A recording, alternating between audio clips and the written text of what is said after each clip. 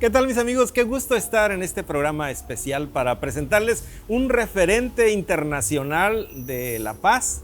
Vamos a presentarles hoy a un connotado artista que es también activista para la paz, César López, conocido internacionalmente por su icónico instrumento, cómo convirtió un arma, un cuerno de chivo, en una guitarra a la que ha llamado la escopetarra. Y esta fase de referente a la que estoy hablando, de César López, nos pone en el plano de la necesidad de abordar temas trascendentales, como es el caso de la conciliación social, motivo que nos tiene reunidos aquí. Ha tenido la gentileza de visitar el estado de Sinaloa en una contribución social también con ánimo de cultura para la paz.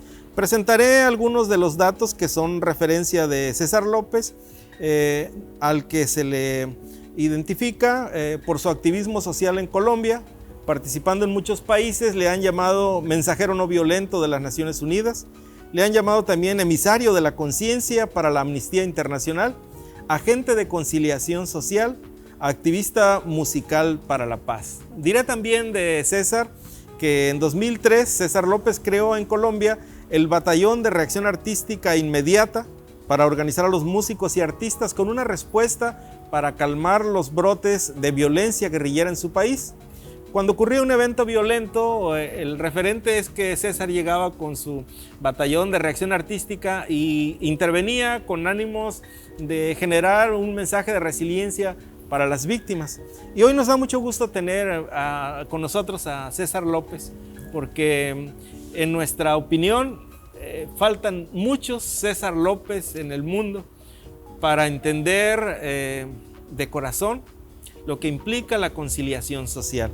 Entonces, con esta presentación, César, quisiéramos que nos platicaras qué significado tiene, que hablando ya de la escopetarra, que un instrumento que se ha utilizado para la guerra sea ahora utilizado como un instrumento musical para la paz. No es el hecho gracioso de ver un arma convertida en guitarra. Atrás de eso hay algo más que la población debe saber. Así es. Primero que todo, muchas gracias por este espacio y por invitarme a compartir mis palabras. Finalmente, digamos, el centro de toda esta experiencia humana que todos tenemos acá es la vida. Unos podrán hablar de la vida digna, de la vida en todas sus formas, todas las formas de vida importan. El no matarás, el no matarnos. Incluso cuando nos decimos cómo te vas a ganar la vida está en el centro de las preguntas de las filosofías, de las ciencias sociales, de las prácticas espirituales, de las religiones, de las culturas ancestrales. Y las artes son ese canal primario para extraer esa esencia de lo que nos mueve. Cuando yo empiezo a trabajar en la escopetarra, que como tú bien lo dices es una K-47 convertido en una guitarra, realmente la intención era demostrar que algo que fue creado para matar, para dañar, para acabar con la vida, a través de un ejercicio de creatividad humana, podía transformar su esencia, su naturaleza y servir para la vida, para crear música, y esto como una especie de manifiesto filosófico. Con esa guitarra le hemos dado la vuelta al mundo tocando conciertos que hablan de la no violencia, conciertos que hablan de la esperanza, de la bondad, y tratando de responderle preguntas a la gente en los barrios, ¿no? ¿Por qué nos matamos? ¿Qué significa la dignidad de una persona? ¿Por qué podemos ser tan capaces de crear las cosas más hermosas y además tener índices de violencia tan altos? ¿Qué es eso que que nos hace tan complejos y mi labor ha sido, a través de esa guitarra, a través de la música, tratar de responder esas preguntas. No solamente es exponer la música. César es músico desde los 12 años, según el referente que tenemos. A partir de ahí cultivas una sensibilidad por géneros musicales que de por sí ya tienen letras que apuntan a una reflexión sobre la calidad humana. ¿Qué sigue después de tus 12 años? Sí, yo crecí en una familia muy inquieta socialmente, con preguntas, ¿no? que siempre sembró en mí preguntas sobre el crecer en algún lugar específico, con algunas dificultades, obstáculos, carencias o privilegios, que me parece que es una manera muy acertada de guiar la educación de nuestros hijos, ¿no? Si tienen la posibilidad de vivir en una casa, si tienen la posibilidad de acceder a un estudio, pues hacer a los chicos y chicas conscientes de que eso está siendo posible y que no para todo el mundo eso es así. El pensamiento decolonializado, ¿no? Saber que recibimos influencias de distintas partes, culturas o civilizaciones, pero que nosotros tenemos nuestra propia cultura y que vivir en coherencia con esa ancestralidad también hace parte de aceptar nuestra forma de ser en el mundo. Y yo me fui criando en esa manera de pensamiento mientras aprendí a tocar el piano y la guitarra. Y luego vinieron las preguntas más importantes, y es ¿para qué sirve la música? ¿Para qué sirve ser músico? ¿Para tocar muy bien un piano o una guitarra o cantar muy bien y mostrárselo a los demás? ¿O tiene el artista una función dentro de su sociedad, dentro de su comunidad? Eso que yo hago con la guitarra, con el piano, con una cámara, con un audiovisual, con un cuadro, un poema, ¿le sirve a otras y a otros para vivir mejor?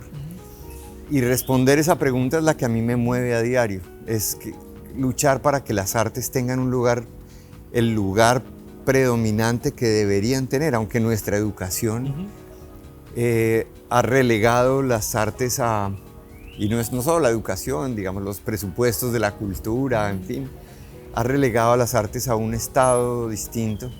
Nosotros creemos que el arte, históricamente en la humanidad, desde hace muchísimos siglos, puso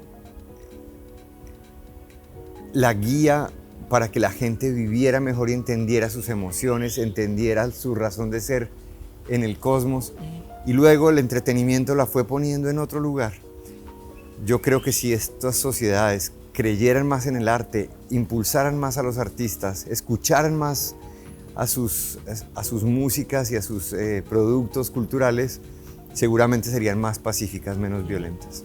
Hay personajes de la música muy emblemáticos a los que tú has regalado escopetarras.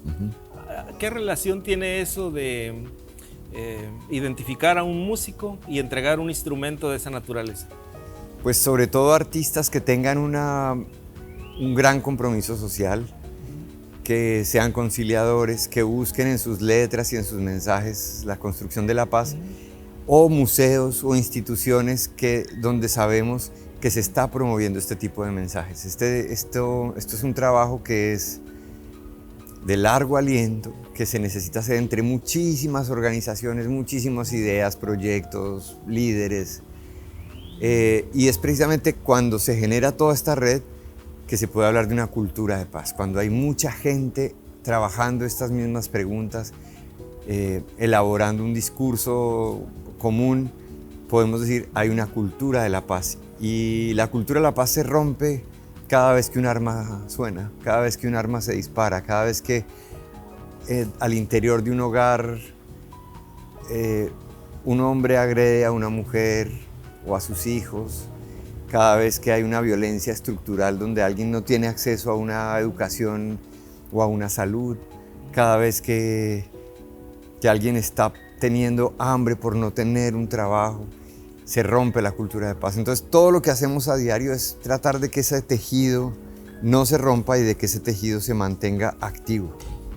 Estamos hablando con César López, creador de la escopetarra, y estaremos en el punto de hablar de la conciliación social. Antes tenemos unos mensajes de identificación.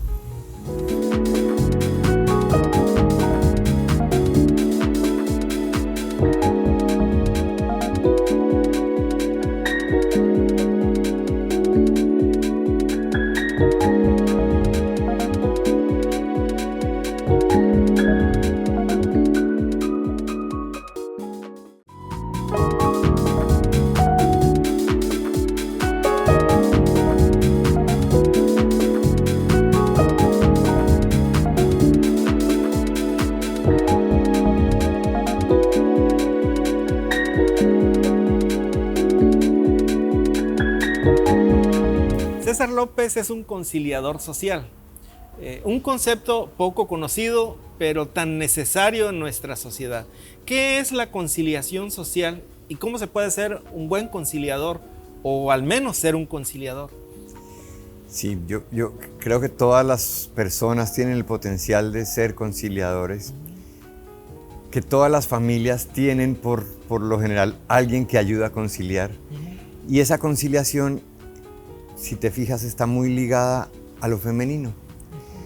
Esa sensibilidad de lo femenino, esa capacidad de crear, esa capacidad de curar, esa capacidad de cuidar, que viene en lo femenino, que viene en las mujeres y que todos los hombres tenemos además cuando nos encontramos de manera correcta con nuestra parte femenina, es potencialmente conciliadora.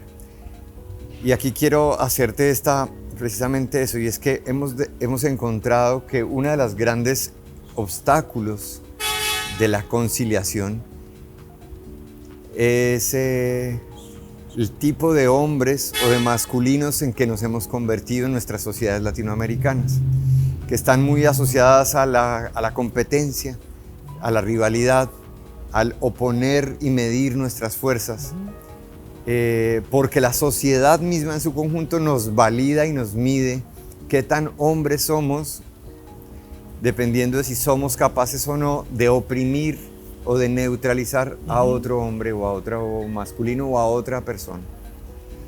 Entonces te diría que para aprender a conciliar hay de por sí ya una tarea ahí que tiene que ver con la deconstrucción de las ciertas prácticas masculinas o de lo masculino, que son muy importantes.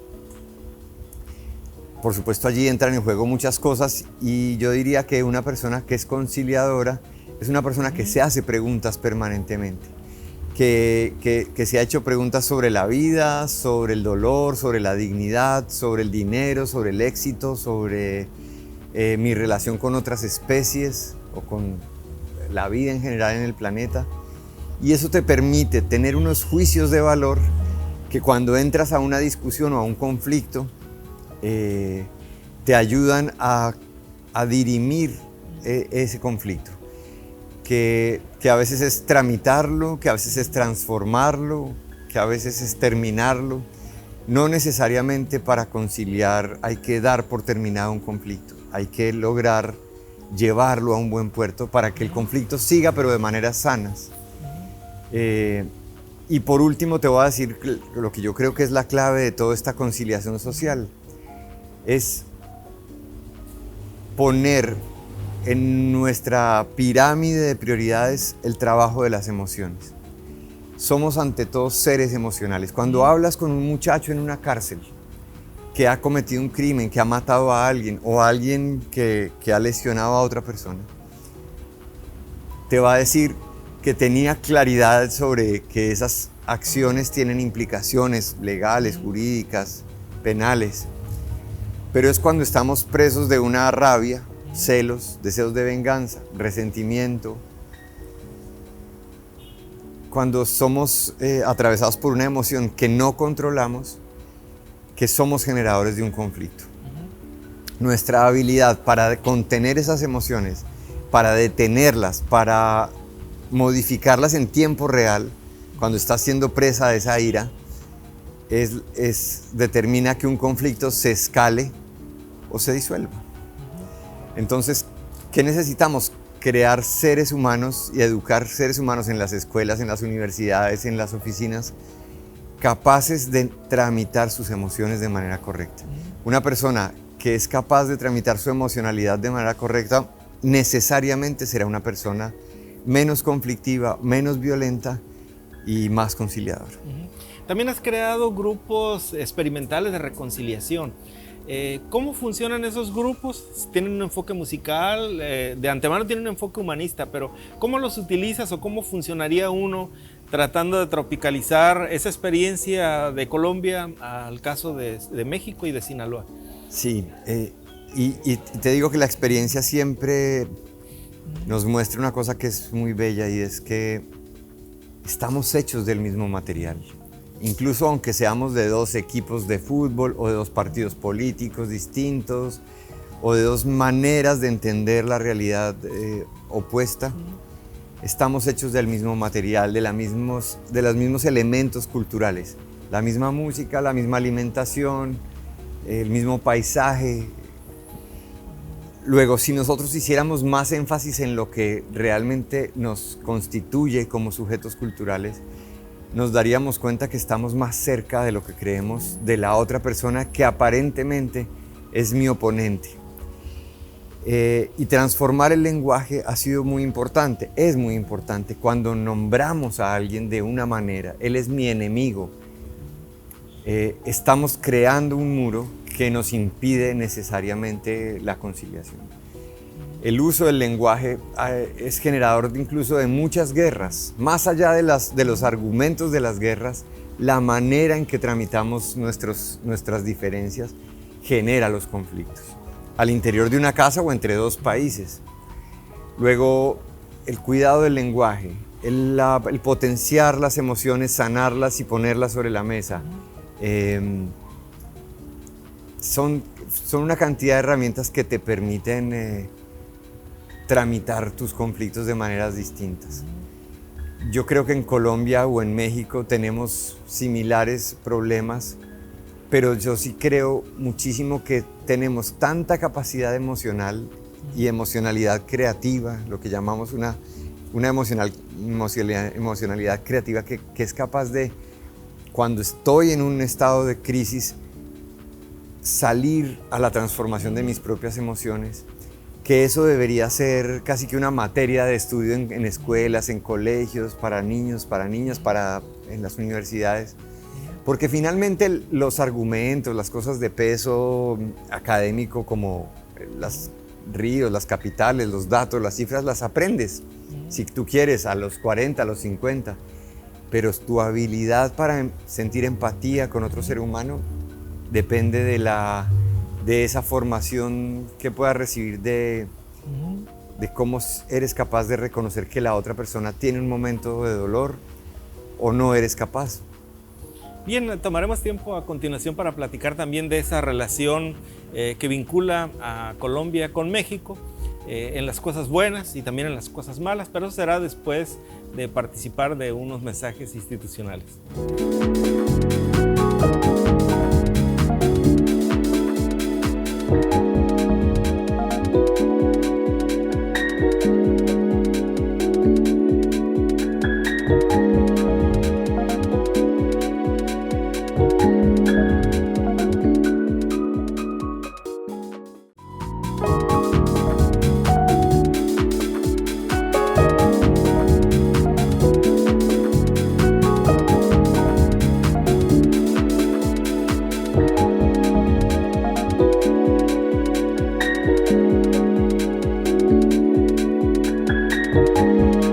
México y Colombia tienen una relación muy sana, histórica.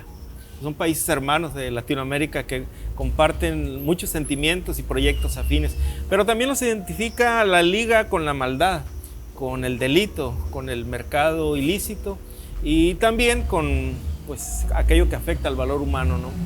Pero teniendo un César López que con su escopetarra y un mensaje humanista en la música, ¿cómo eso puede influir o cómo pudiéramos nosotros pensar que en tierra de narcocorridos, que es la que nos toca, eso pudiera mejorar? Sí, yo te voy a decir, el narcocorrido o cualquier canción está hecha por un ser humano. Eso no se escribe solo, no lo escribe la inteligencia artificial, es un hombre o una mujer, por lo general hombres, que tiene un contexto cultural que lo empuja hacia allá, unas intenciones de mercado y una construcción de su propia cultura. Y de simpatía a veces. Exactamente. Búsqueda. Nosotros hemos identificado 3 cosas que son dramáticas. Esto que te digo de las masculinidades es generador de muchas violencias. La otra es muy clave y muy central, los modelos de éxito. ¿Qué entienden los jóvenes de hoy en día ser exitoso? Ser exitoso es tener dinero. Ser exitoso es tener mucho dinero, muchas propiedades, muchas tierras. Ser exitoso es tener el último celular de moda. Ser exitoso es tener una pinta, una ropa de una marca muy específica que es muy costosa. Y si ese es el modelo que perseguimos y que persiguen y que nos enseñan a perseguir, pues es un modelo que construye una ruta directa hacia las violencias. Porque para yo adquirir esas cosas, en algunos casos alguien podrá decir que puede dañar a otra persona o el patrimonio de otra persona. Entonces, transformar los modelos de éxito y enseñar que alguien puede ser exitoso porque siembra un árbol, porque ayuda a un hogar de adultos mayores, porque simplemente cuida de su comunidad de 4, de 5, y que eso también es tener un proyecto de vida exitoso, desmontaría gran parte de nuestras violencias. Pero en el caso específico de la música, es que nosotros necesitamos no competir con otras músicas, no decir, esta música es buena porque habla de paz y la tuya que habla de violencia o de estereotipos de éxito, como el reggaetón que te muestra un hombre que tiene mucho dinero para tener cadenas, anillos y tiene mujeres que son objetos de su deseo sexual, sino que no competimos, necesitamos es llegar a esos seres humanos, creadores de contenido, para que su esencia se transforme y se transforma lentamente. No es que hoy compongo esto y mañana creo otro tipo de música, es porque tengo a mi alcance las respuestas a unas preguntas muy profundas o tengo preguntas nuevas que transforman mi manera de crear contenido. En un mundo donde hay una nueva moneda que es los views, los likes, cuántos corazoncitos le pusiste a mi foto, donde los muchachos persiguen eso permanentemente como para adquirir estatus social, pues necesitamos a través de estas cámaras, de estas buenas noticias, mandar estos señales de que hay otras maneras de habitar su experiencia humana que necesariamente son menos violentas con uno mismo y con los demás, y que esa manera también desactiva lo que tanto nos duele. Con mucha frecuencia nos constituimos en espectadores sociales y viendo el bien y el mal, pero la pregunta aquí sería, ¿y la educación? La cátedra, desde los niveles más básicos hasta la universidad, ¿cuándo tomarían o a partir de qué deben tomar el modelo de la conciliación social como un tema obligado? Y más que la conciliación social, maestro, es cuando yo soy capaz de entender que una escuela o una universidad son templos del conocimiento y que los seres humanos no solo adquirimos conocimiento a través de un libro, un texto, una fórmula, sino que nuestros cuerpos adquieren conocimiento, que nuestras emociones necesitan adquirir conocimiento y que ese conocimiento no solamente está dado de maneras técnicas, prácticas, visibles. Entonces yo sí creo que debemos encontrar lugares de pensamiento, de conocimiento, de formación que contemplan otras maneras. Yo creo que estamos caminando hacia eso, en muchos lugares del mundo ya se hace, pero nosotros nos quedamos un poco en que el conocimiento duro, fuerte, pesado, es el dato, es la cifra, es lo que dice el libro, y toda esta experiencia que recibimos a través de la piel, de las emociones, de la intuición, las hemos invisibilizado o subvalorado por mucho tiempo. Ahora que logremos incorporar eso a nuestras maneras de aprender el mundo, yo creo que hablaremos de una sociedad, de una civilización distinta. Anunciaste que venías a Sinaloa y traías una intención de buen corazón. ¿Será la urgencia de generar ciudadanos de buen corazón antes de una competencia por lo ilícito? Así es, se trata de construir una experiencia que le eleve el valor a la vida. Y empezamos esta entrevista hablando del valor de la vida como centro de todo. Si nosotros nos convertimos en una sociedad que cuida, que ama, que respeta todo lo vivo, que la vida tuya y la vida mía y la vida del joven en la esquina y la vida del soldado, del policía, la vida de quien incluso infringe la ley es importante, yo creo que estamos entrando en una comprensión muchísimo más amplia de qué se trata esto de estar vivos y en comunidad. Entonces vamos a planear un gran concierto para Sinaloa, para Culiacán, que hable de eso, que eleve de nuevo el valor de la vida y el valor de lo vivo, porque yo creo que hay un tema que es prioritario en la agenda mundial, y es que el ser humano ya entendió que no se trata de que todo eso que está allá afuera, este árbol, es para mi servicio, sino que aquí hay saberes que incluso la humanidad históricamente ha sabido extraer de allí conocimiento, que merecen respeto y cuidado, los animales, las plantas. Hay aves, por ejemplo, hay un ave que se llama el zorzal, que anticipa los huracanes, que nosotros como seres humanos con toda la tecnología no hemos podido anticipar un huracán, mientras que aves que ya lo saben y migran días antes de que llegue el huracán, o que atraviesan continentes en línea recta. Y esa inteligencia y esa sabiduría merece cuidado y respeto, y en la medida en que seamos capaces de ver eso, seremos una sociedad necesariamente menos violenta.